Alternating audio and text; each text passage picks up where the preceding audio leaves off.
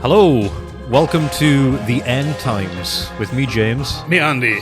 This is War with a Mate, and we have just wrapped up Upstage 2 of Turn 6, which means all that is between us and the end of our practice run is a single upstage. Yeah, Phew. It's really crept up. I mean, I can tell you're nervous, Andy, because there's a big wet patch on your jeans. I had an unfortunate accident before the show. Seconds before, you decided to open a beer, and the beer decided It was entirely full of foam. You got a bad one. Yeah. That's unfortunate, but these things happen. They do. That's showbiz, and what we found in showbiz is that nothing lasts forever, because this is the end, Andy. This is, we have one upstage left, and how do you feel today went? Good. Not decisively good, but I feel pretty good about it. A tentative positive. Yes. Yeah, that's a good way to put it. I think I'm set up for the last turn, but by no means feel confident going into the last upstage. Yep. That I'm going to win all. Yeah. You moved your pieces around, you made some decisive tactical moves, but it's not over yet. Even now, in the final upstage, it's not quite decided, which, for me, is exciting. And today marked a crazy milestone for me. A one I didn't ever think I would get to. Okay.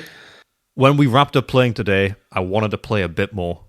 Oh, that's good to hear. That is something I never thought I'd say. And I don't know if it's the psychological need to just wrap this up and be done with it, or if I was having fun.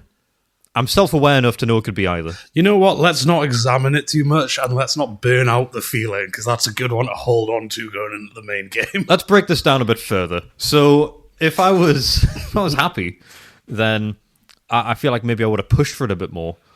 But the impending sense of an ending, I think, is also tarnished a bit. Sorry, watching you adjust your chair, you just sank down like a good 4 inches.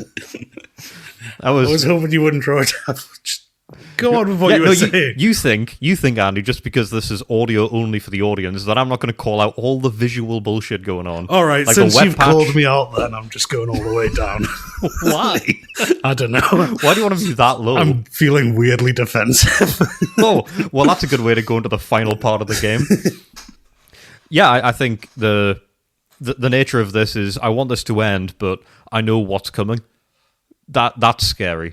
Yeah. That I actually have a really strong sense of dread about the full game. You're like a time traveler getting through World War One. I know what's coming. It's like if World War One just lasted a couple of years and World War Two lasts the rest of anyone's life, your life. 50 years. So, shall we recap what happened on your... Well, today was just, in essence, your land movement. Movement part 2. With a tiny bit of mop-up at the end. Yeah.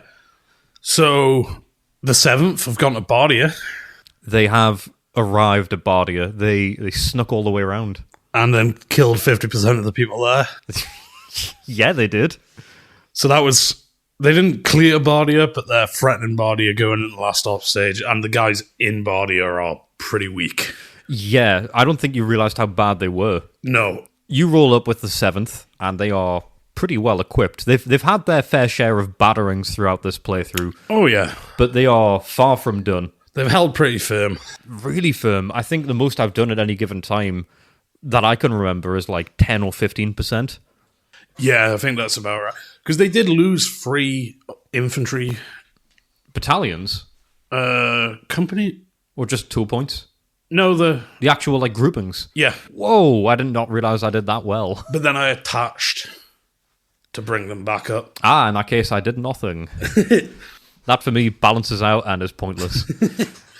They showed up to the gates of Bardia, and I had the Oreska Regiment, and I had the 1st Libyan Division. Now, calling them a division is pretty liberal, because in that division, I have 1 infantry and I have 2 guns. And an armour. Nope. Oh, was that gone? That's Oreska. That's the Oreska Regiment. Oh, okay. 1st Libyan is made up of 1 infantry and 2 guns. The Oreska Regiment that's also there, that was 8 toe point of tanks. A toe point. 8. Oh, okay. Eight to a point. And I said 8 zeros, if that clarifies it more. That's a different number. That is a scary force to be reckoned with. Yeah, that's the most tanks in the entire area. Where are you going to put all those tanks? Well, thankfully, I don't need to worry about that. I have fucking no tanks. So, yeah, that's what you went up against. I think you were probably expecting a bit more from a division and a regiment. I was. That's fair. I put them in there with the expectation that I would be able to move more guys in before you got there. Did not think you'd take the dangerous route of going there and expending so much CPA, and you must have burned through cohesion to get there. Because it was, 24 capability points just to arrive. And then 5 to fight. They have 30 on the top level, so a bunch of the lower level ones And lost. you barraged with some guns. Yeah. Yeah, so really going ham. Oh, yeah. And you were bewildered, I would imagine, to find that I have nothing of substance there at all. That was kind of I was going to say it's a bluff. That makes it seem more intentional. I put them there a while ago to stock up on ammo and whatnot. I had a bunch of tanks that were worse for wear, and I didn't want them to suffer breakdown just darting around doing nothing. Yeah. And I had the first Libyan who were just on their last legs, so I was swapping them out with some of the other guys for a while. And the rotation ended up, they were the ones in Bardia.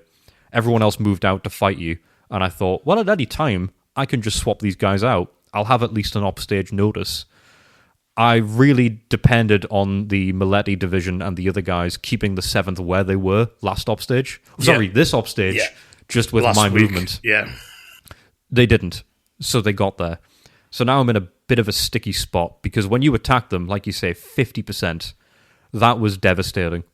So I lost half of those 8 tanks, I lost half of my guns, and my infantry were already worse for wear in the 1st Libyan Division, so I just halved what I had left of them.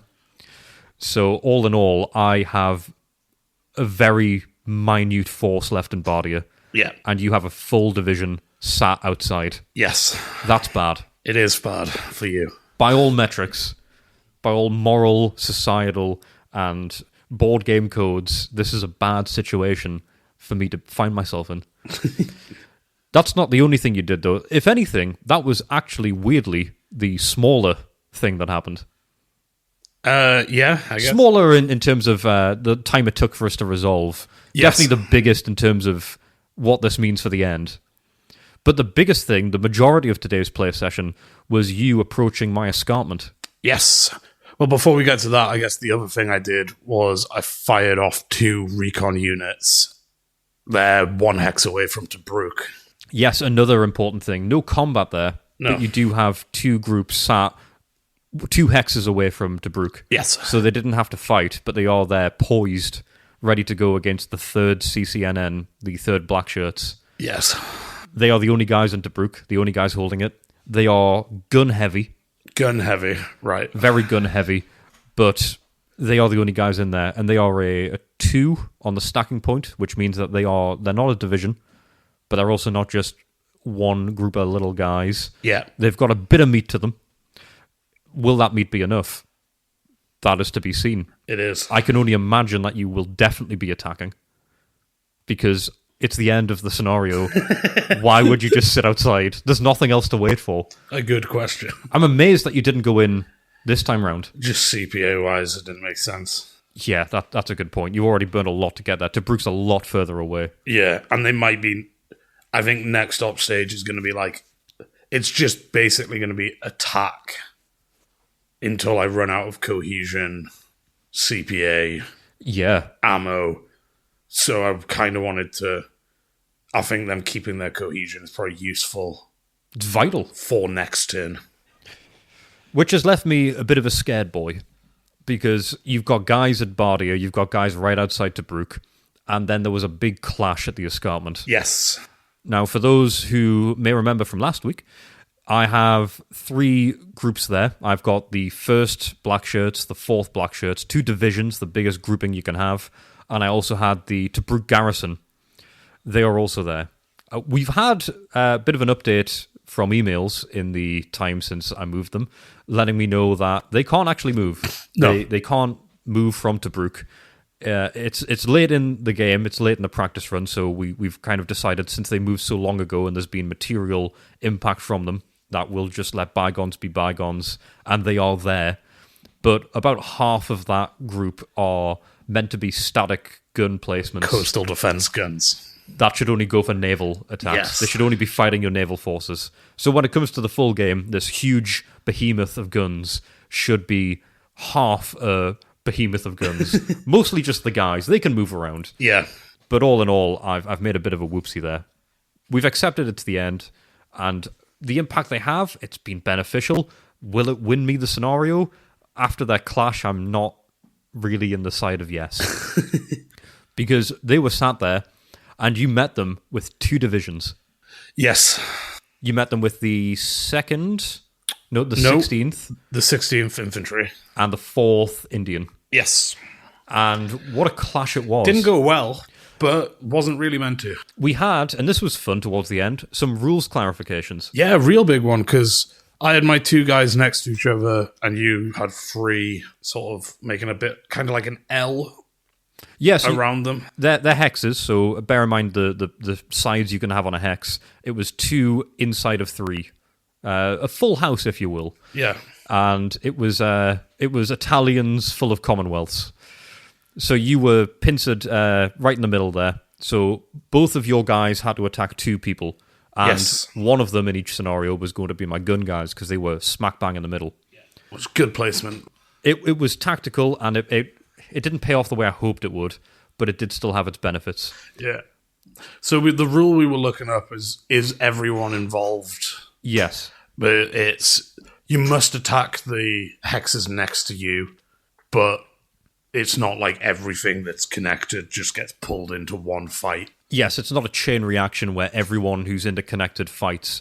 You launch an assault from your guy, whatever hex they're in, they have to fight every hex adjacent. Yep. Which meant a maximum of 2, a minimum of 2 as well. So your guys in this situation had to go against the gun unit and then either the 1st or 4th black shirts. Yes. Another rule clarification we found out this time is that if you want to engage in a combat that involves everyone, all of the units have to be adjacent. Yes. So you can't flank a unit one side of the... So, say you have a guy in the middle, you are attacked from the north and the south. That isn't one big fight. It's 2 fights. It's 2 individual fights. You need to have your guys side by side to unify them in one big fight. Yes. Which is worth bearing in mind because tactically it would make sense if you box someone in, flank them. It feels beneficial. In the game, it actually plays out as 2 separate fights. Yeah. So it's not all that good. I guess the benefit you do have thinking about it is if the first fight you lose like 30%, and then the next fight happens, you're 30% down. It would be good, but you Yeah. need to make sure that both sides that you're fighting on are kind of balanced. Yeah. So that was another thing we picked up on today. Something to bear in mind for the full game, because that's a biggie. Because we play D&D a lot. So for me, the idea of flanking, I'm immediately like, well, I've got advantage. Well, that's the big one. That's what you do. Yeah, that's the big move. We do variant rules. It's very generous to say we play 5e 5th edition, to be fair. We play our own D20 system at this point. It's kind of... I think that's how all 5th edition goes. Yeah. But this isn't D&D. This is Campaign for North Africa. The rules are written. They were written 48 years ago. They were decided. A rule I was playing with this week that I've not really used before, holding off barrages. Holding off barrage that was actually kind of the real hit on my side. Are your dials down, by the way, on your mixing board? They're not the voice. These ones are the sound waves are fine. Okay, cool. I was worried none of this was recorded. No, the sound waves all look good. Oh god, look at that, Andy. We're 85 episodes in and we still don't really know how audio works. No. You don't really know how cans work by the looks of it. You got that big wet patch, boy. That was the can malfunctioning, not me. No, user error. Nope. The can would have been fine if you just tapped it on the top a few times. That's not real. Yes, it is. It's just a thing from a TV show. Well, how come... What TV show? Better Call Saul. That's definitely where you got that. No, he spins the can. Yeah. He talks about centrifugal force, and it's actually a metaphor for the silencer, the suppressor, being screwed on by Lalo at the end of that episode. I don't think it is. I think it's just a conversation about pop. Just a weird coincidence. Yeah. That is Vince Gilligan doesn't like tie things together, or He's known for having non sequiturs in the it's middle all of his just episode. loose random shit. No, and you're thinking of us. Oh, damn it. That's the crossover. Yeah, no, he's a genius. Vince Gilligan doesn't have the Campaign for North Africa podcast. That's mine. Ours. Mine. Really gonna jump in there. Mine. I've got that this. attitude. You can have the Vince Gilligan shit. You can have the hit show, the best rated television show of all time. I'm Okay. going to have the silly podcast. I'll take the deal. And I'm also listed as a special guest on every episode. So really, I don't even have this. So anyway, hold off Barrage. Holding off Barrage. Because if I'd had to do close assault on both of them, it would have gone very badly. Yeah, you'd have to go up against a million guns. You'd have to go up against, I think I've got 10 groups of infantry, Yeah. which vary between 5 and 6 toll points each. And then when you add them all together, you divide that by 10. That's your actual close assault value.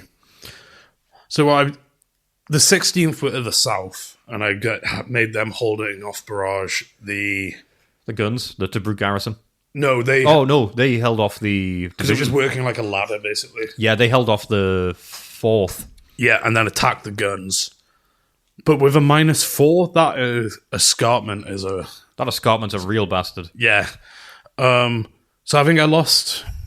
I've got to note it down. Was it 10 or 15%? You lost something. I think it might have been as small as 5. Yeah. And then you hit me. I lost 5, Yes.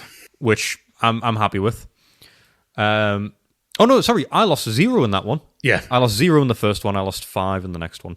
I lost 0 in that one. You lost 5 or 10 maybe. Yeah. So not a whole lot. And then I think the 4th lost 15. Yep. They lost quite a bit more, which I was happy about. Yes. And I lost 5% there, which I remember because it was a very small sliver of my first CCNN black shirts. Yes. And it was a hefty barrage on my part, which... See, the issue is I pinned a bunch of you guys. It didn't really end the fight. Because with the holding off barrage, you didn't have to fight in the first one. The 16th didn't have to engage in close assault. They did against the guns. Yeah, but with my actual division. Yeah. And then in the second lot of combat with the 4th Indian, you had a scrape with them. But I held back on the barrage from my massive gun garrison. Yeah. Thinking that in the fight they'll need that ammo. And lo and behold, turns out pointless because they were held off. Yes. So it was just the first black shirts in that fight. I didn't quite think how bad the escarpment would be and how big those units were. Yeah. Because my goal basically there was to, if I could have made the black shirts retreat 1 hex, You open up a doorway. the 4th could have got to Bardia as well, and then my 2 premier divisions would be both knocking down the door. Yeah, that would have been terrible for me. I would probably, if that had worked, I would probably have pushed and tried to take Bardia. I think that would have been a fair move at that point because those guys had used barely any CPA to get to that point. Yeah. They'd moved 1 hex.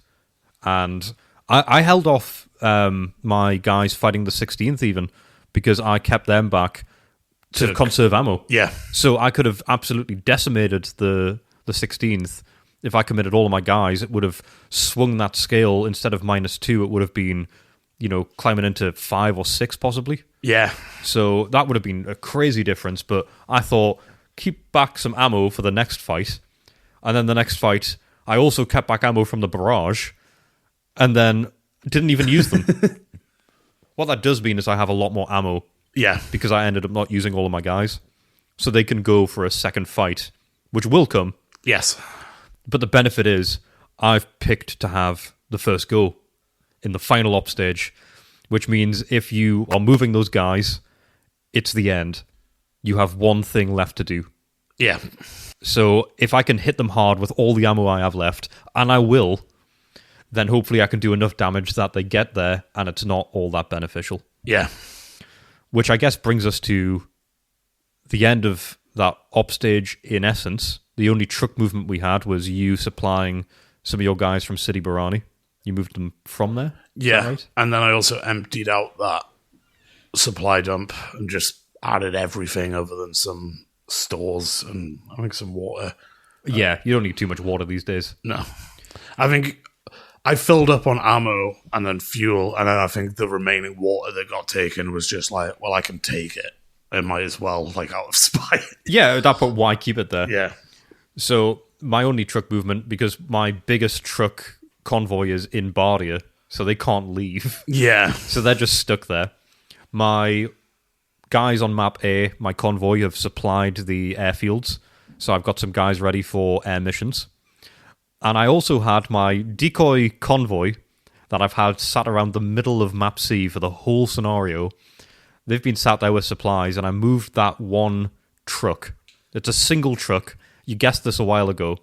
I moved this one truck up to the 64th Serene Division, and they are going to motorize a tow point, and I'm going to drive that tow point somewhere. I don't know where. Can you split off our tow point? I have some guys in there that are down to one tow point, I believe. Oh, so yeah. So I can break that off. So otherwise, no. if I look at that sheet and it turns out those guys are actually in real good health, then that truck's just there for show. But we'll see. What I could do, I could also break off some of their supply trucks and motorize them that way. Yeah. So I've got options. If I want to motorize some guys there, I can. It'll be funny. It's the end of the game. Why not? I can maybe find something interesting to do with them. But my real plan, the real thing I'm going to try and do, is I'm going to try and move my gun unit, the big Tobruk garrison. I'm going to move them slightly up north. I'm going to slide them down the escarpment and abandon all of the infantry. And I'm just going to wheel the guns along that coastline that you were hoping to move along. And I'm going to put them in Bardia. Yeah, they are engaged at the minute. They are, so it'll be a bit extra. Will it be 4 instead of 2? It'll cost 4. Yep. And then they'll have to go into Bardia and then barrage like no one has ever barraged before. I'm going to try and pin all of the 7th. I'm going to go hell for leather, do everything I can, and I'm also going to try and break off the 1st black shirts and move them up to help with the efforts at Bardia. And I'm going to loop the 4th all the way around. This is crazy stuff. And then try and use them to bracket your guys, the 7th, so they can't retreat and move to Tobruk. Yeah. Because that would mean you can just storm Tobruk with all the strength that you have. So I'm going to try and trap you at the outside of Bardia and tear the 7th apart as my final move in this scenario. Good luck. I'll need it. I will need it because CPA is a real issue here. Cohesion is an issue here. This could end with units surrendering. Oh, yeah. And I've also got my ships for the last up stage. Do you really? So I didn't know that. The boats will be showing up. Well, Right. I get to use them once at up stage, and I've been holding off. It's not once an up stage. It's you One use up them, stage. and then you 1 up stage of use, 2 up stages of chilling out. Yeah. But I think they've had like 4 or 5 at this point. Right. So, yeah, they're going to play a part in this. Yeah. Damn. I need to get my guys there fast then. Yeah. Okay. And unfortunately, Bardia is on the coast, so Right on the coast. geography-wise, you don't have many options. Geography-wise, I'm fucked. Geography's a callback to the Everest episode. I think it was 11, maybe. We talked a lot about geography in that one. Oh, did we? I remember that one well. I don't. Yeah, you don't listen back to them. I have to edit them every week. Yeah. They kind of sit in my head for some reason. The early ones especially, because I don't think it was at that point a podcast about the board game, really. It was a podcast about getting ready for the board game and other things. But we did one more thing at the end. We did. We rolled weather. We started, technically, the last op stage by rolling weather. And I rolled it. And I rolled snake eyes. The most normal weather possible. There's never been less anomalous weather than there has been now. We've never rolled an 11 on weather. No. So this is as desert can be. This is as normal as the desert gets. It's not hot. It's not wet. It's not sandy. It's just a desert. It's exactly as you would picture, I suppose, a desert of your mind. Look at that. Verisimilitude, callbacks. It's all coming together, Andy. This is it. This is the conclusion, man.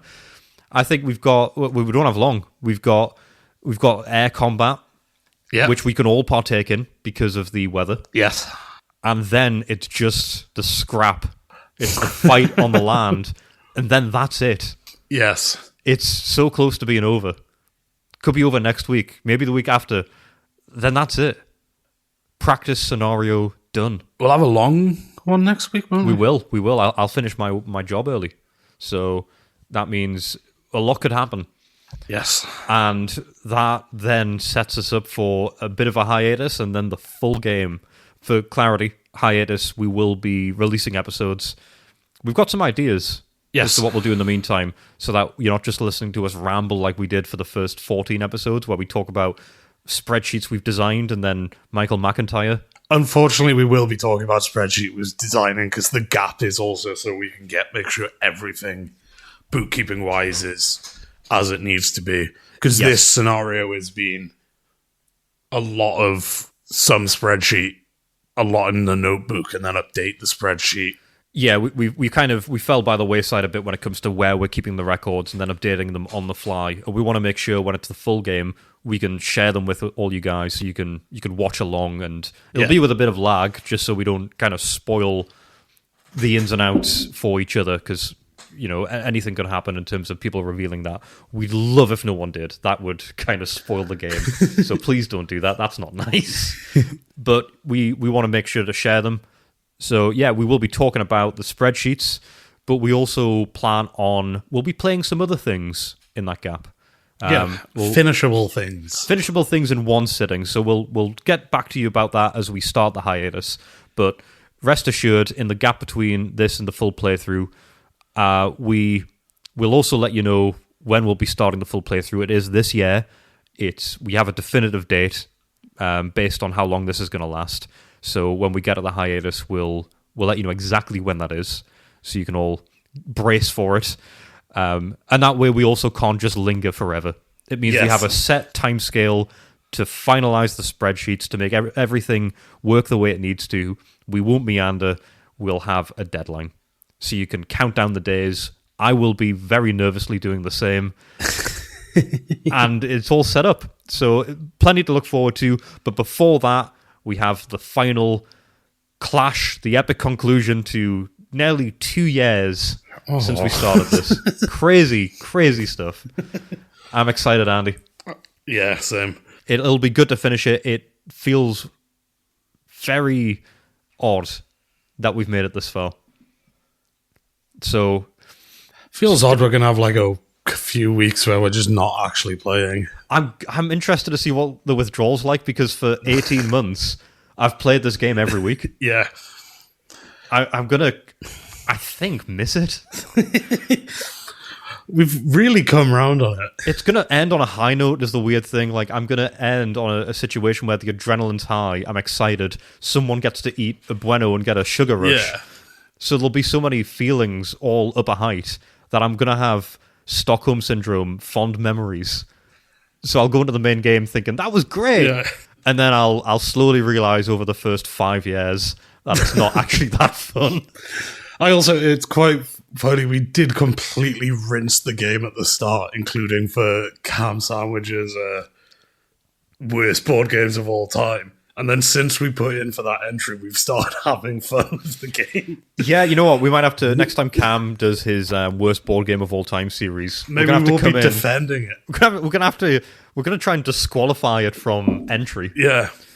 I think we talked about it previously. I think it was actually when we were playing D&D. I don't think it was on mic with our pal at the weekend, where we were asked what we would actually give the game out of 10 as a rating. Oh, yeah. That was during D&D, wasn't it? Yeah. And I think you settled on a 3. Yes. I think a 3 or a 4 for me. Which is wild, because I'm the one who has crash outs every few episodes about how I hate the game. But I do think it has its merits, it has its excitement. And I think if this is the rush I'm getting finishing the practice run, based on my age when we finish the full game, I'll probably go into cardiac arrest. Well, This scenario has worked out to be very well paced, I guess, from the way we played it to come to like a really exciting conclusion. Big worry in the main game is a winner is essentially decided in turn 50, but it's 50 more turns of attrition. Yeah, it's... I don't know what this is going to look like in the full game, but I'm excited. I'm nervous, and you guys have got plenty of episodes to come. The rest of our lives, until one of us croaks it or we finish the game, you'll keep on hearing our voices every week. But aside from that, we have your voices to hear. Yeah, let's hear from them. That's one of the best parts. It's listening to you guys in the mailbag, the accountability tool that turned into a thriving community of avid board gamers, intriguers, and just fun oddballs who have their own interests and questions. An incredible assortment of interests. Never before have I seen a more wretched hive of fun and silly. Nice. Yeah, that last word, silly, that's wild. As a guy who prides himself in his lexicon. You do? Yeah, fuck you. Let's go to the mailbag. So our first email is... well, it's a bit of a brief one, and one with a bit of background needed. So I think we've mentioned it previously, that one of our listeners, Alex, got in touch with us around the time we'd mentioned the Fruit Zone bit. Yes. And sent in a jingle. And we replied to him, and we let Alex know that it is the case that we will be doing the Fruit Zone, and that we're going to be utilising the sound clip. We had an email back from Alex, which is just 4 words, what have I done? Well, Alex, I'll tell you exactly what you've done. The Fruit Zone. Andy, my Fruit Zone is green apples or red apples. Green. I know red. They're juicy and they're cursed. The Fruit Zone. That is what you've done, Alex. And I hope that sits heavy on your conscience, because everyone listening, they're listening because of you. Because we wouldn't have committed to that. This is an accountability tool. It got big, that's why we keep on playing. And because you sent that in, we're doing Fruit Zone. So bear that in mind when you try to sleep at night. Next email. What a nice message for someone who did something for us. Did they do something for us or to us, Andy? Because now we have to do Fruit Zone, because we have the juvenile sense of humor. That means as soon as we get funny audio clip, we can't not make it a bit in the fucking podcast. I guess so, yeah. It's a bit of both. We'll take 50-50 on that. Yeah. So, what's the next email, Andy? Victorian board games. Ah, yes. Here we go. Hi, me again. Thanks for reading out that message. I'll get to the Egypt thing when I have slightly less due at the end of the week. But you asked a couple of questions about the old board games that I can definitely answer. The monopoly of 19th century Europe was something called the Game of Goose. I'm immediately interested. Yes, which is pretty much mechanically equivalent to snakes and ladders. Roll a die or spin a top, as dice were sometimes victim to gambling taxes. That would make a D&D dice collection contraband. I like that a lot, that it just requires the shift from die to spinning top. Because it's the same thing. It's just a chance engine. Yeah, it functions exactly the same. What a fucking stupid loophole that they think they found. Move however far as it says, and then move somewhere else, or perhaps wait a turn, depending on what space you land on, says. Unfortunately, the vast majority of Victorian board games, beside abstract strategy games similar to chess, were effectively reskins of the Game of Goose. Well, that's the next podcast sorted. Yeah. For example, there were a lot of educational geographic games which involved racing around a map of England, Europe, the world, etc. Boring. I don't want to play that. I say unfortunately because these games all therefore offer no player agency, which makes them somewhat less interesting to me. No, there we go. Boring. I'm focused more on some less prominent games. One I'm yet to decide, but the other two are the Pirates and the Traders of the West Indies. 1847, and another is Invasion 1888. Invasion involves simulating a probably German or French invasion of England in a relatively basic early war game. Not quite as complex as Campaign for North Africa. Boring. That one actually sounds interesting. Just because it's called Invasion. Yeah, and This is an invasion. We're doing Invasion now, Andy. okay. If you want a fun, complicated board game, you've got one. You can't have your cake and eat it. Leave Invasion alone. Okay, I guess. It's not the one I want to play of the two either. Really? No. You want to play the Pirate and the Traders of the West Indies? Yeah, while the Pirates and the Traders is an asymmetrical game where one player is the pirate hunting the other four traders. These are relatively good and certainly have more player agency than most other non-abstract games of the time. Right, okay, I'll be honest. Brooke sent this in. Brooke, you've kind of won me round on that one. That sounds quite fun. Yeah. Maybe, how on earth do we get our hands on a copy of an 1847 game? eBay? That's why we got this one. We can probably find that one there. If you're curious, I've attached a draft poster I've had to make for a presentation on the in-process research project for this Friday. Humanities research doesn't normally involve this sort of poster presentation. It's much more of a STEM thing, but the faculty in their infinite wisdom decided we should do it anyway, because clearly anything the sciences do must be perfect and universally applicable to any other academic field. There's something really relatable here, Brooke, about something that you're so invested in but so disenchanted in the nature of. I relate to that a lot. But the poster's really cool, though, that you've put together. I don't know that we should show your work anywhere. I don't know how private this is, but it's really cool. Yeah. Yeah, got lots of comparisons here between Monopoly, or methodology, as you've reskinned it, and Invasion. Enemies at the table, Victorian board games, and perceived threats to Britain. It's actually really cool. Yeah. What does the box tell us about the world as understood by Lieutenant Chamberlain? Yeah, no, this is actually really interesting. Yeah, well, hopefully this went well for you. This is a while ago that you sent this, so by now, if you said you need to put this in for Friday, hope it went well. Yeah, good luck with that. In the past. Yeah. I'm not annoyed by this at all. But it does do a decent job of at least suggesting what sort of thing a cultural history through board games entails. Sorry, had a complete brain fart there. Admittedly, not great for sharing on air, given it's an audio podcast. Oh, well, we did it anyway, don't you worry. But this bit is mostly for you guys anyway. Well, if it's for us, we'll inflict it on the listeners. that's kind of how that works. Yeah. We're talking to you, Alex. I'll make sure not to tread on your turf, but if I was hypothetically doing a similar thing with Campaign for North Africa, I reckon it'd be a great source for someone trying to reconstruct how a well-informed non-historian imagined World War II, and that campaign in particular in the 1970s. Through it, it'd also be useful for a history of games, looking at ultra-long games. Not sure what I'd do with D&D, but although I have ideas. I'd be interested to see that, Brooke. So yeah. Next time you end up on a project and it's D&D related, fire that one over. Yeah, I think that's also a good point on the non-historian, but very well informed, because they did so much research.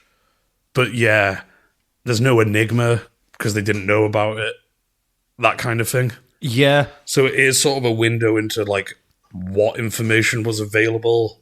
That's a good to point. him at the time, because we've talked about interpretation on our side of like certain things that we know of each other's units in the game that we wouldn't realistically know. We've talked about it being a sort of information gathering aspect of the game, but they designed it without actually having the ins and outs of that information. Yeah. So we've really taken some liberties with that. Yeah. Because they wouldn't have known that.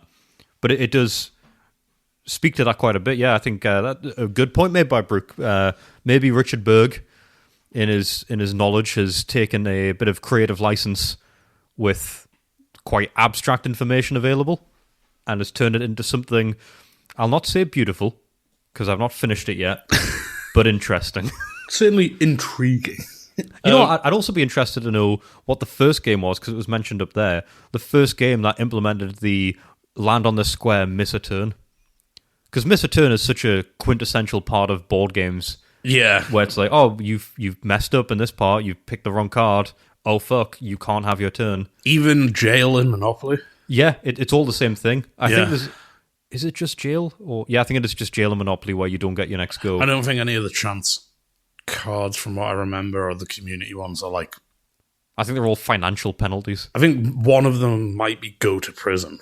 There's definitely a Yeah. few go to prison. P.S. You can find an image of the pirate and the trader here. I only know of one intact copy of the full Invasion game, so if any listeners know of others, I'd love to hear it. Yeah, if anyone's got one of them in the back of their cupboard, seems like an important item for posterity. Was that prostitution you were about to say? Not posterity. Is that the right word? That's the behind. No. Posterior. Posterity. Prosperity. Like for history. Ooh. You've lost me here. Here I am talking about my lexicon. But you said prostitute. I didn't. Yeah, you did. I can edit this. I can pull together audio Yeah. clips. The board looks really cool as well. All bit of paper. But yeah. Well, the art's pretty cool. I don't know that I can play this. This is getting too old in terms of timescale that we're getting into board games. But Brooke does encourage us to keep getting subtler, humbler, and braver. So we'll do our best. we'll try. We're trying. I think we're braver in what we're doing. It's definitely less subtle. Yeah. We're putting stuff out. We did a live show. That's not subtle anymore. Humble. I think we are humbled by messages like this. It's nice to see that people much more well-informed are taking out their time generously to send us stuff like this. So that's really cool, Brooke. I hope everything goes well going forward. And if you do the D&D one, send that over. Or if you know when the first Skip a Go game was, let us know. But don't spend too much of your time. It sounds like you're busy. We have... We'll do one more here from Dan. Dan has sent us an email titled Common Ground Idea. Wonder what this one's about. I've enjoyed the progression of your podcast for both the game and different segments. The Common Ground is fun, and now I sometimes think of subjects I can discuss with my friends. And I just thought of one that might give me something of an interesting discussion. Floors should not be labelled by numbers. Since many emit certain floors and different countries start at different numbers, just use a different system. Label them alphabetically or by body part or animal by size. Keep up the good work, Dan. Well, Andy, quick mini common ground there. What do you make of that? Because I know there's certain countries that miss off floor 13. Or just buildings. It depends. Yeah. I think in America is the ground floor 1. Yes. Whereas In the US, first floor is the bottom. It's ground floor. Whereas in the UK, ground floor is ground floor. and then 1 is up a flight of stairs. Yes. Yeah. So we do need to make this universal, kind of like the clothing size one that we did a while ago, where something should just be universal. Yeah. You should be able to go into a lift and know what you're doing. Yeah. Fun. I like body parts from so ground floor is now the feet. Yes. And the top floor is the head, but depending how big the building is, you have to differentiate more and more. Yeah, you could have, like, if it's a So small if it's building, like a New York skyscraper, you're doing like muscle groups. every bone. You go into like muscle groups and like eyes, forehead. Whereas other buildings, it's like bottom half, top half. Yeah, I live in the mid-peck of the Burj Khalifa. I'm in the mid-peck. I'm right in the nib. Fun anecdote. This is lift related. I came across this yesterday. I was watching a video. I was watching a YouTube series about reviews of bad hotels, and we went to Scarborough not too long ago. We did. And you know that massive hotel, the Grand Hotel, when you first get into Scarborough, it's kind of along the... Yeah, is it still a hotel? Yeah, it's still a Okay, hotel. yeah. It's the worst rated hotel in the UK. Really? Yeah. It's got the most one-star reviews. It's like 10,000 one-star reviews or something crazy. It looks really nice. And I read a review last night, and one of the reviews is that when you press the ground floor button in the lift, it just takes you down to the staff room below.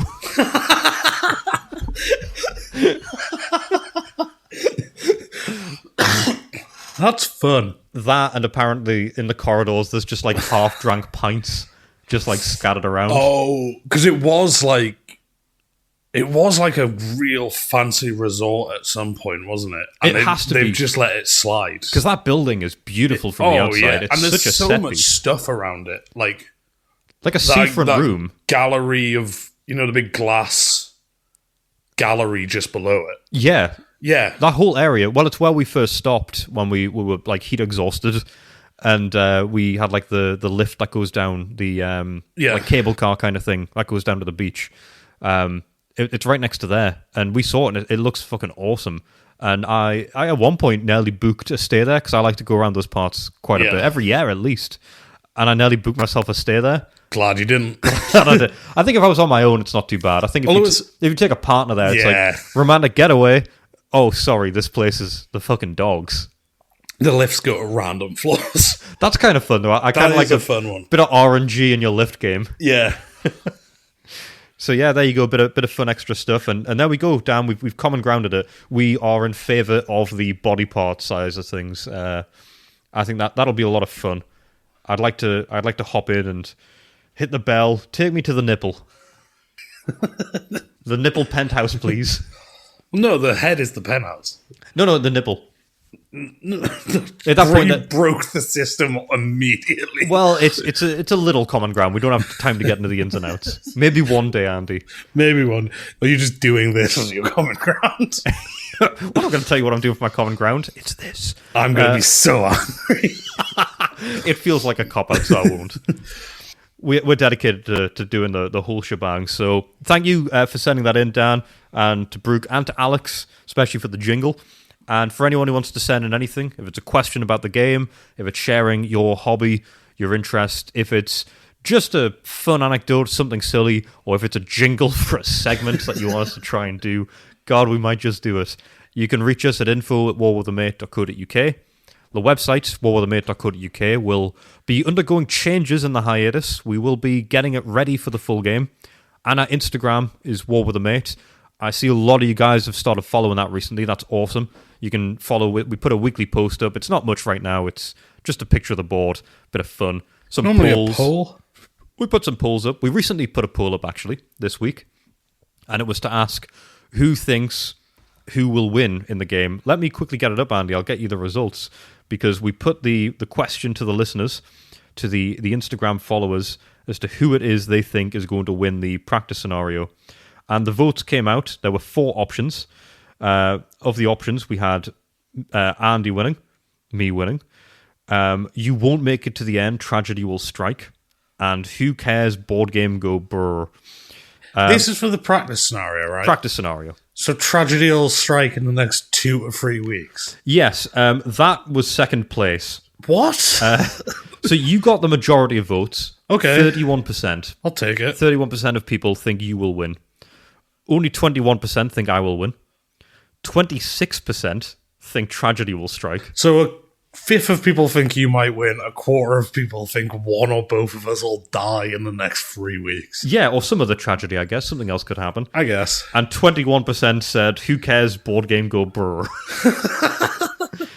And I think that's fair, because if you slice down an episode and how much of it is common ground, I feel like that last one is that. So that's fair. We've made a rod for our own back. But yeah, stuff like that. So follow us on there and send anything in. We've committed a while ago to read everything. We'll get round to every single thing.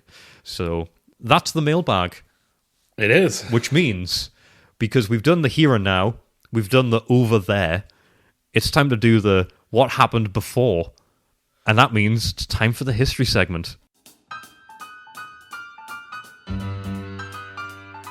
The men of the long-range desert patrols were quite a sight on their return to Cairo from a month's trip to Libya. The contrast between the east and west of the Nile is very marked. In the east, the country... At this point, I gave little thought to my future, but had always been interested in boats in the sea. I am more or less in the position of a captain in command of a ship, which is on the point of sinking because errors are present. We are absolutely not qualified to share views on history. So, Andy, where and when are we? Well, it's still World War One. We looked at the Ottomans last time. Now we're going to have a little look at the Italians. Well, World War One had plenty going on, so we're not going to run out of content. Oh, no, we are not. Even though this is a World War Two podcast. This is a board game podcast. I guess, yeah. And at times it can even be loosely described as even that. So, in 1917, New York world correspondent E. Alexander Powell wrote, "On no front, not on the sun-scorched plains of Mesopotamia, nor in the frozen Mazarine marches, nor in the blood-soaked mud of Flanders, does the fighting man lead so arduous an existence as up here on the roof of the world." I've done my New York impression before, haven't I? Give it to them. I'm from New York. Yep. Oh, you love it when I do that. Yeah. I don't know what's wrong with that, but yeah, I can't do it. Yeah. Something about that is just it's so wrong. But there you go, guys. Any New Yorkers listening, I'm sorry. So yeah, the Italians did not have a great war. Pretty rough. They entered the war in May 1915 looking to conquer parts of Austro-Hungary, which were Italian-speaking. Their front goes from the south of Switzerland, winding through the Alps and then down to the Adriatic. The entire front is roughly 600 kilometers. Wow. 3/4 of which is high alpine terrain. That is a nightmare. Yeah, and we're going to talk about that because it's freezing. There's glaciers, vertical cliff faces, ravines, and they're also fighting each other here. Yeah, walking that would be treacherous. Oh, yes. Fighting battles in it is silly. Because the campaign in the Alps was the highest altitude conflict in world history, and it's known as the White War, taking place between May 24th, 1915 and November 4th, 1918.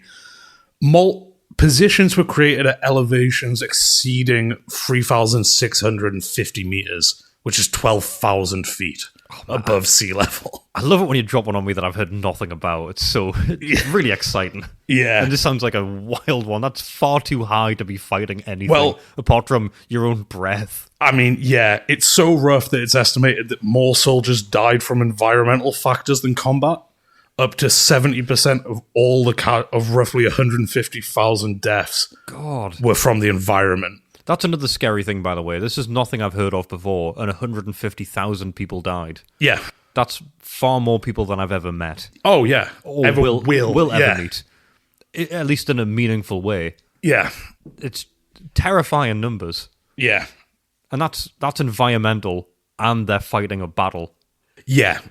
So this is crazy. I hadn't heard about this before I started researching either. The White War is crazy.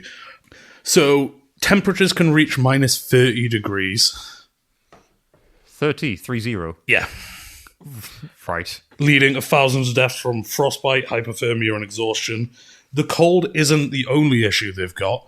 So the way they were setting this up was they'd set up artillery and like machine guns at the peaks of the mountains.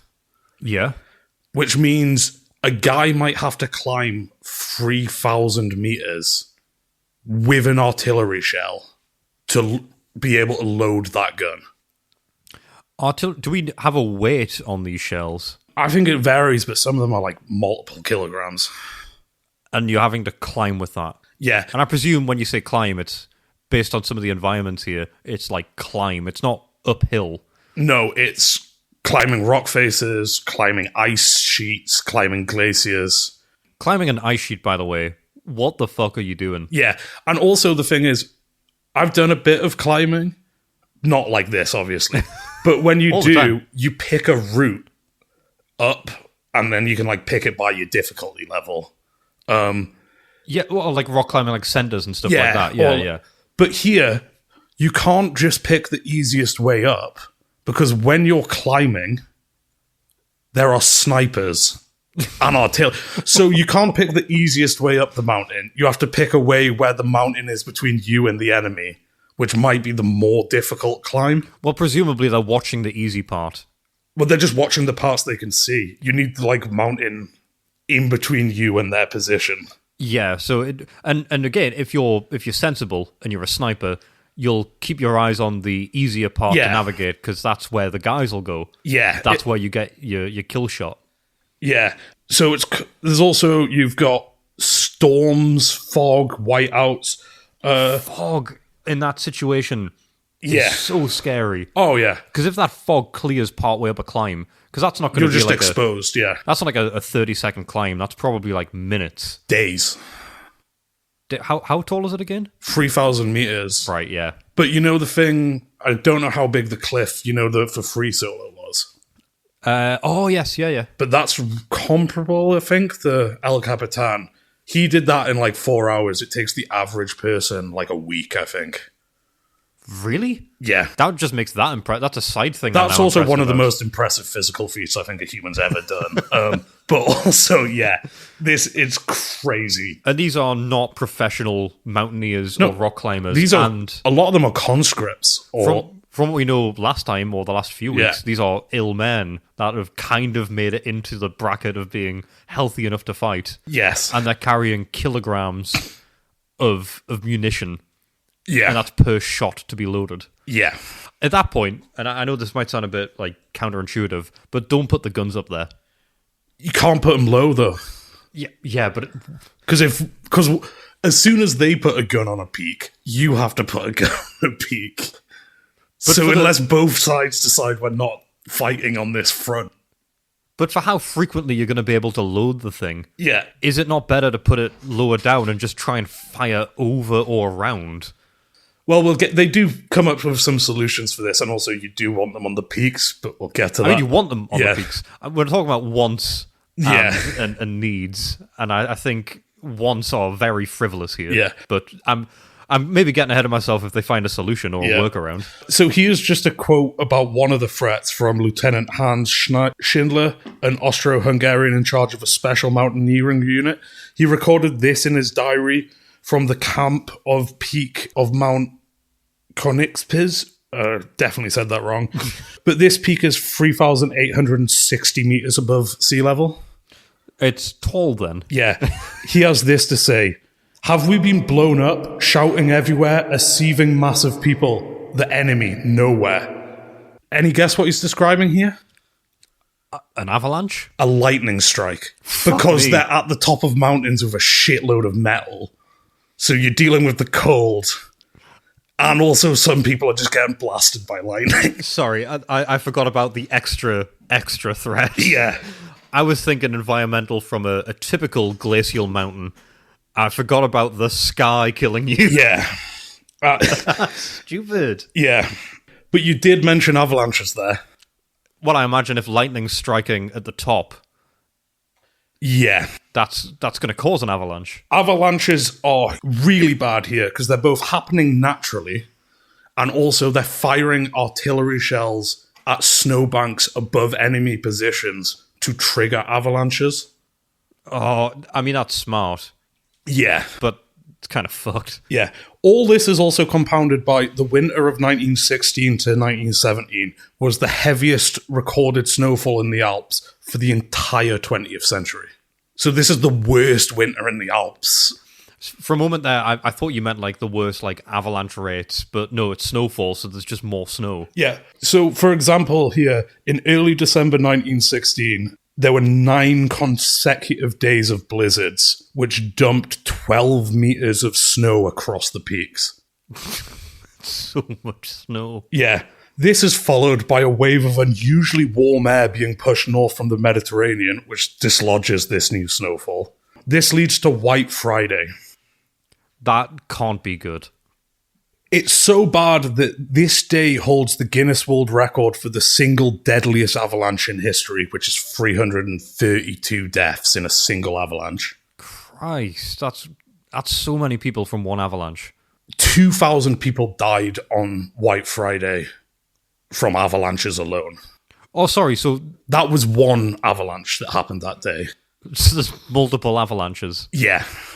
There's 10,000 people die in avalanches throughout that December.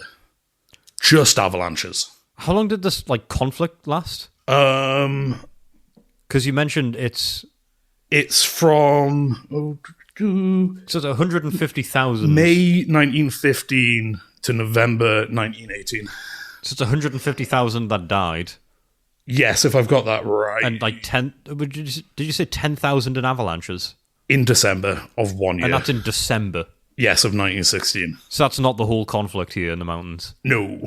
So in terms of environmental threat, it's not just people like falling from the places. It's not exposure. It's also just avalanches as well. 10,000 in avalanches. Yeah. Insane. I mean, it's insane that they're fighting here. I don't know.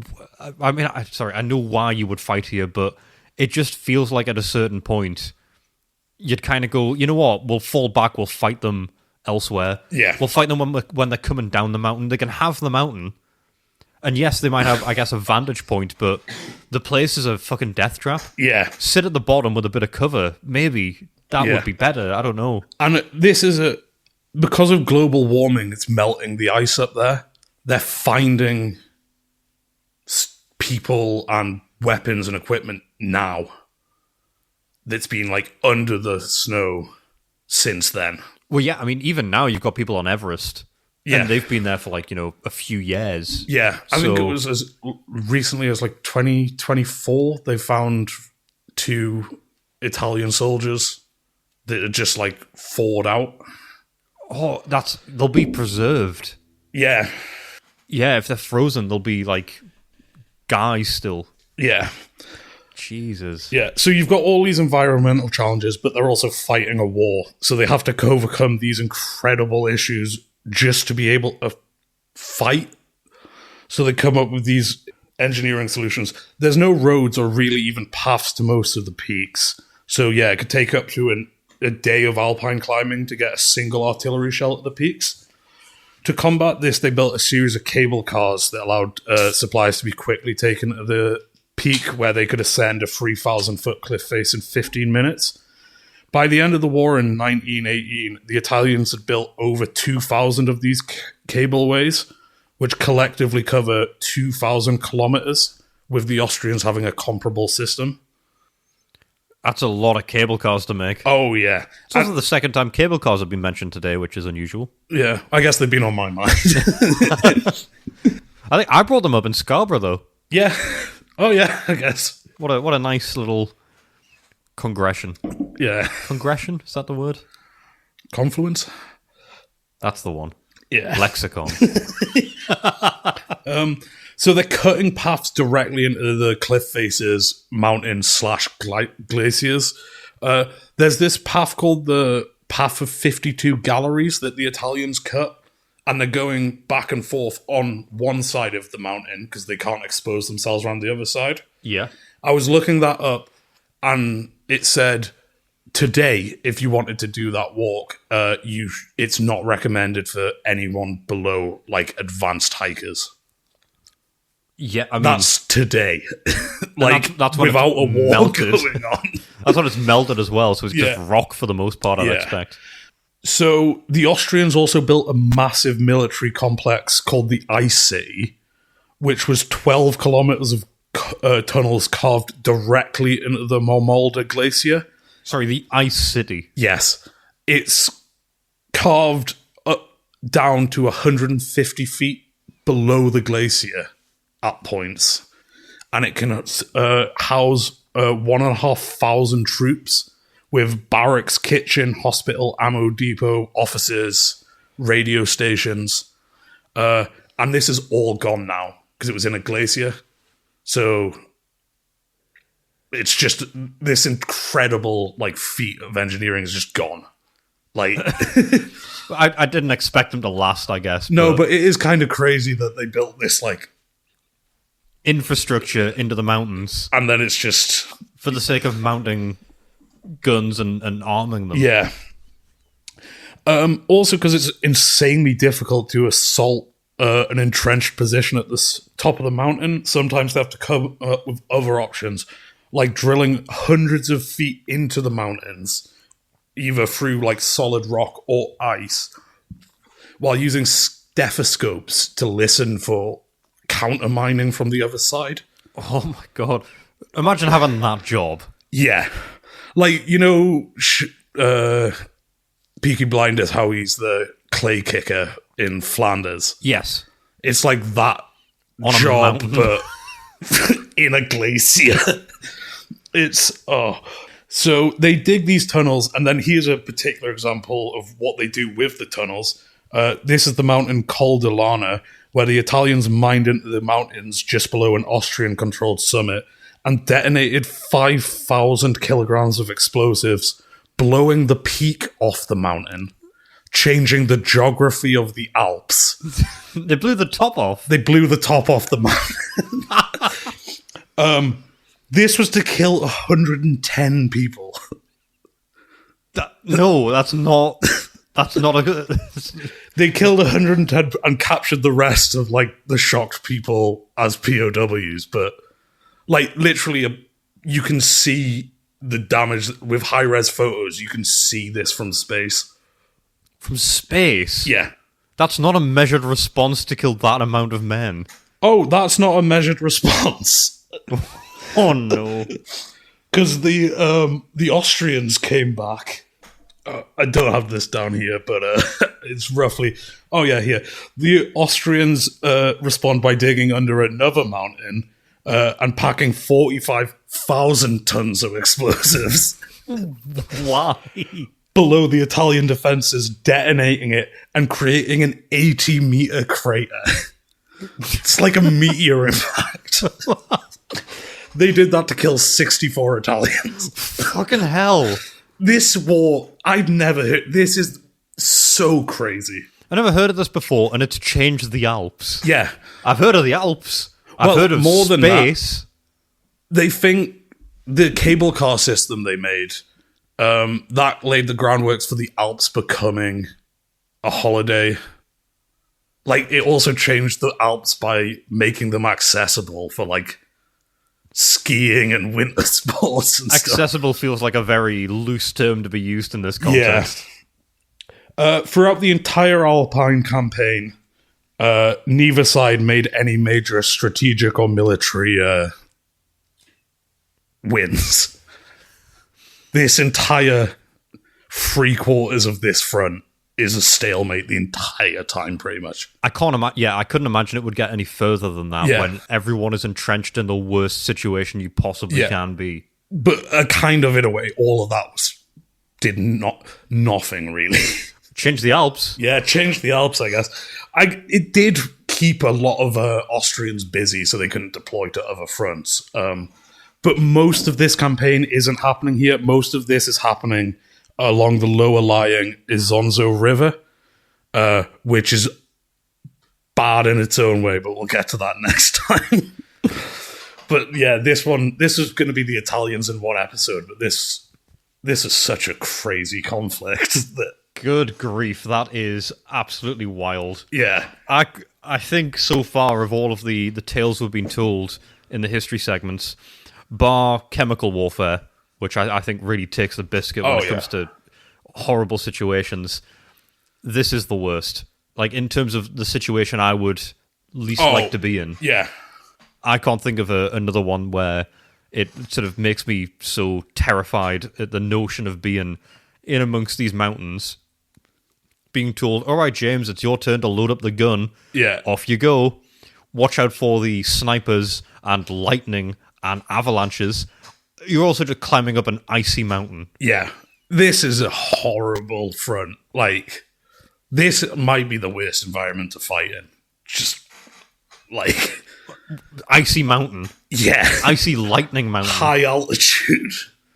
Like, everything about that is just such a claustrophobic feel. It's like claustrophobic, even though it's... but also agoraphobic, because you're like...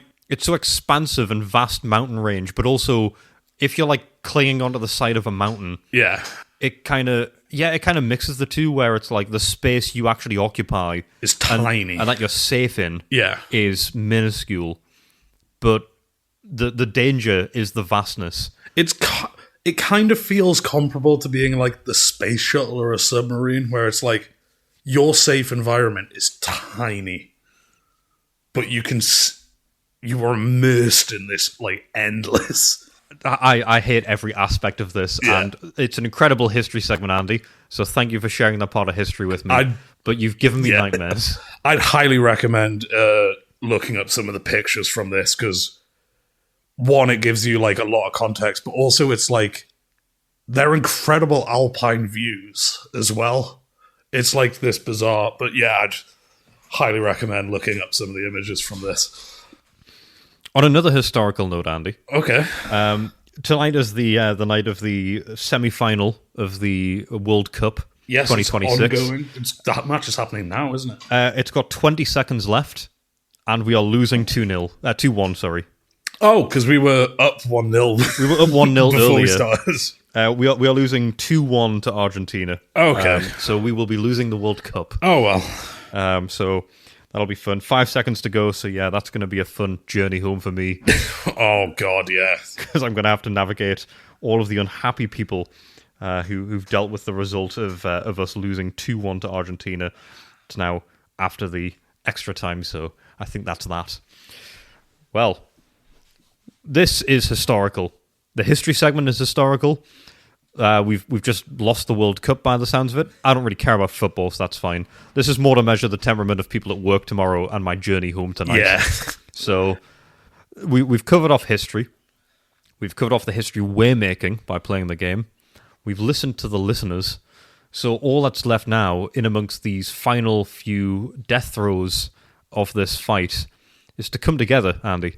And there is only one way to do that. A little bit of common ground. It has to be common ground. And now for something nicer. A little oasis in the war.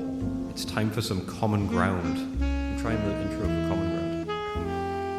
I'm recording it. Maybe. Yeah. Common ground is the only chance we have at the end of each of these play sessions to come together again as friends, to reunite as pals in amongst this conflict. Leave on the same page. And it's important to, because we're going to do this for a very long time. So I thought, Andy, while we're revisiting the past in the history segment, that this common ground, my suggestion, is that we should bring back the Would You Rather Drown in Oil or podcast. No. It was incoherent. It was bad. I'm ashamed of some of those recordings. We're trying to give a bit of context as to what this is, because you're batting back against us very, very strongly. Yeah, sometimes when we'd finish D&D, this was like 2 years ago, wasn't it? No, this was 5 years ago. Jesus Christ. We'd just be very drunkenly going to the kitchen after playing D&D. And it was just the scenario was, would you rather do X or drown in oil? Hence the name of the podcast, Would You Rather Drown in Oil Or? Because we always had it in us. We always had the podcast bug. Yeah, I'm glad we held off and picked a good idea.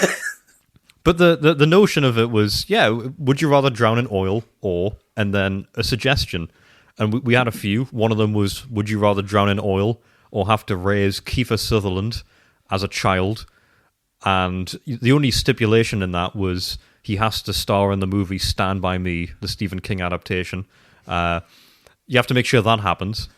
And another was, would you rather drown in oil or every time you clap your hands, they become random kitchen appliances?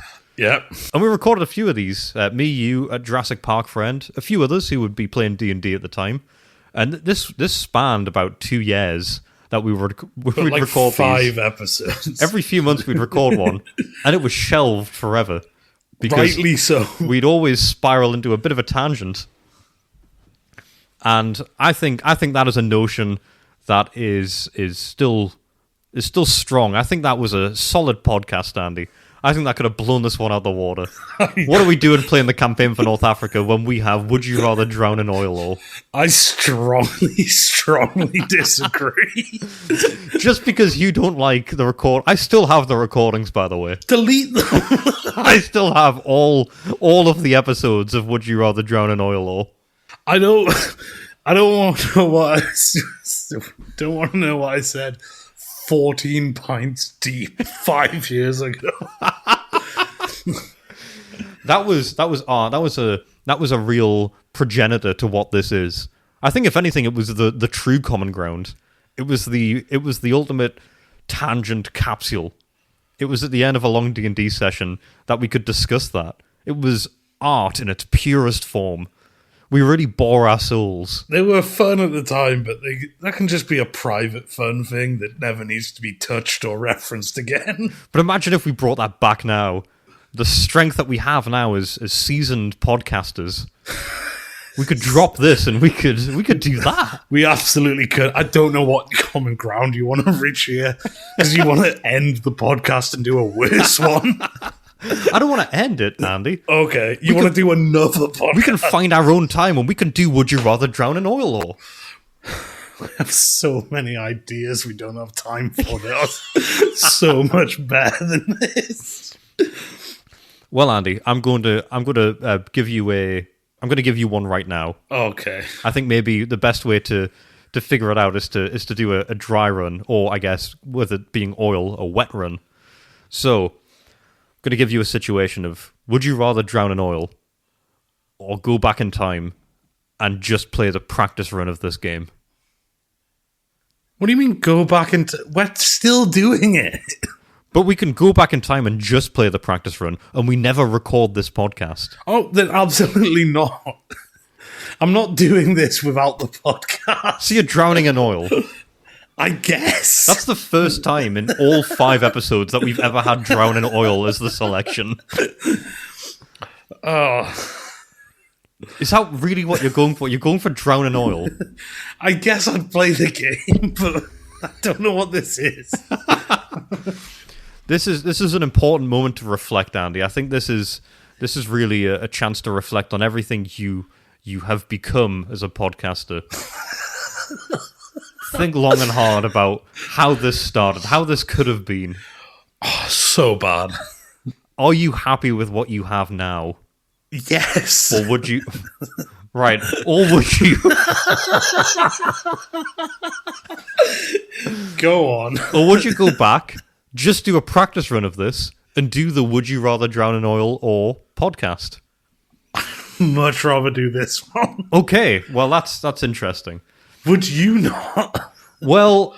I think... Then release a podcast that 10 people would ever listen to, and then your boss finds it and you're fired. Well, that would depend on, I guess, some of the conversations we had, because some of them did go... Well, all but one of them went kind of too far off the rails where we couldn't release that, because we got a bit giddy with it. Yeah. And we stopped really caring about an audience, and it just became quite volatile, a conversation. Yeah. And quite personal. One of them, the only one that didn't, was the one that was just personal towards me.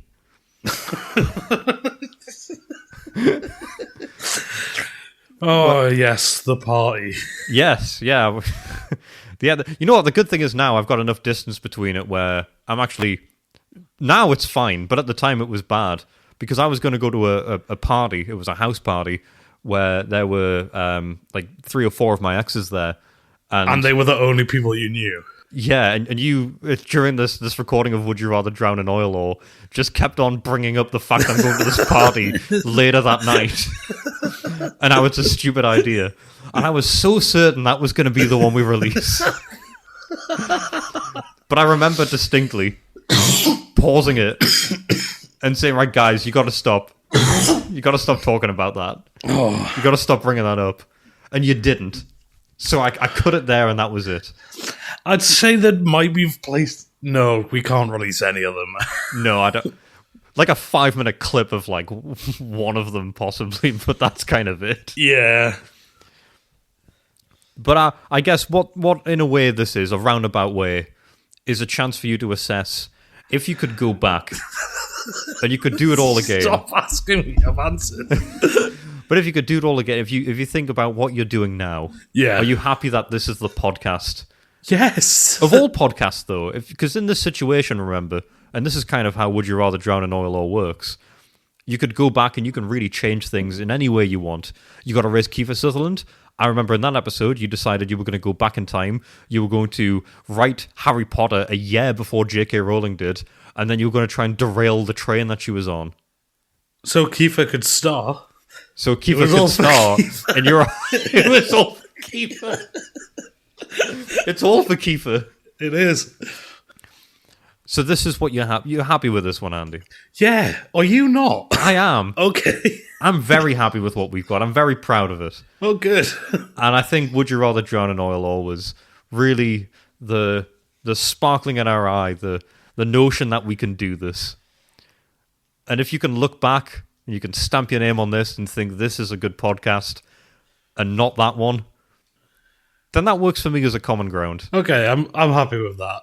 And Would You Rather Drown in Oil can go in the iceberg. Yeah, it's now in the law iceberg.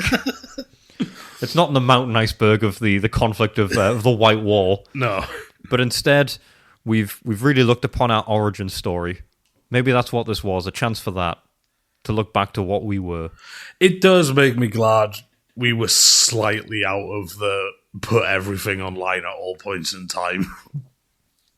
Yeah, we were never really extroverts to that extent where we were ever comfortable putting everything out there. No. I also, we didn't have the internet as it is for the entirety. Yeah, because we must have started doing that around 2017 or something. Like the first few that we recorded. Oh, yeah. It was when we first lived together. And I just said the address.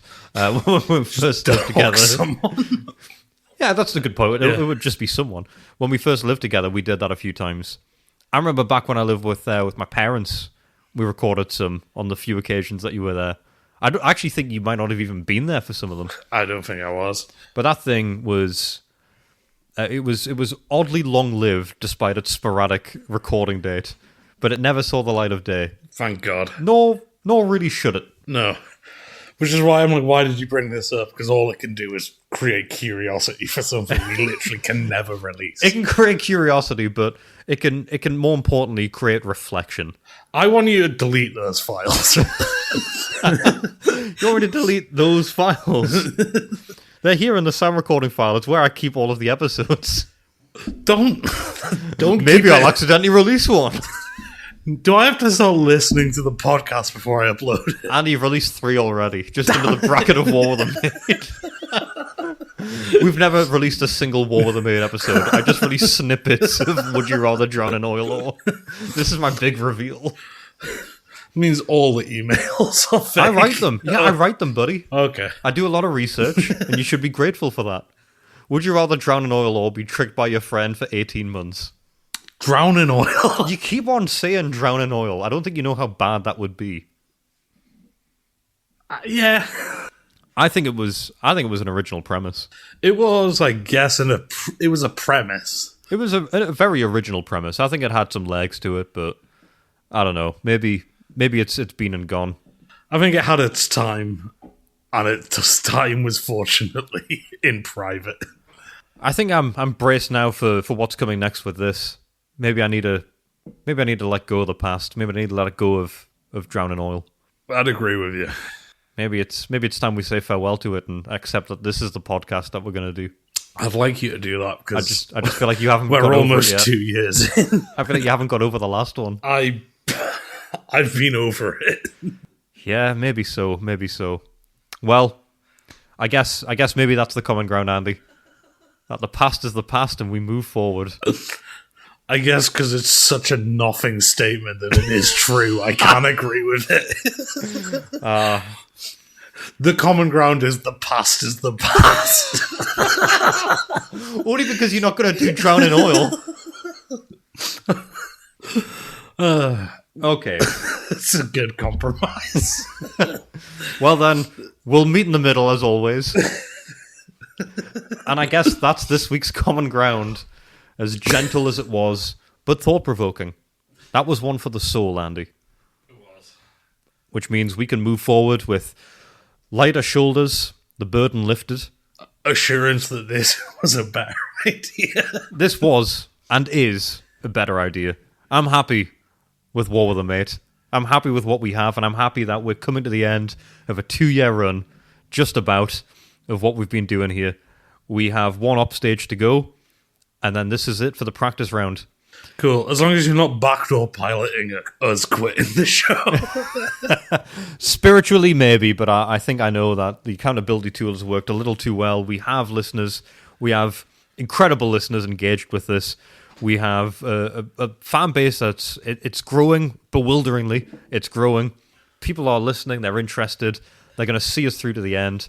One more upstage, Andy, which means we've got to pick it up next time. We do. Possibly wrap it up. God, we'll see. This could be the end, which means from me, James. Me, Andy, stay subtle, humble, and brave. In the impending end from the deserts of our mind. Good night.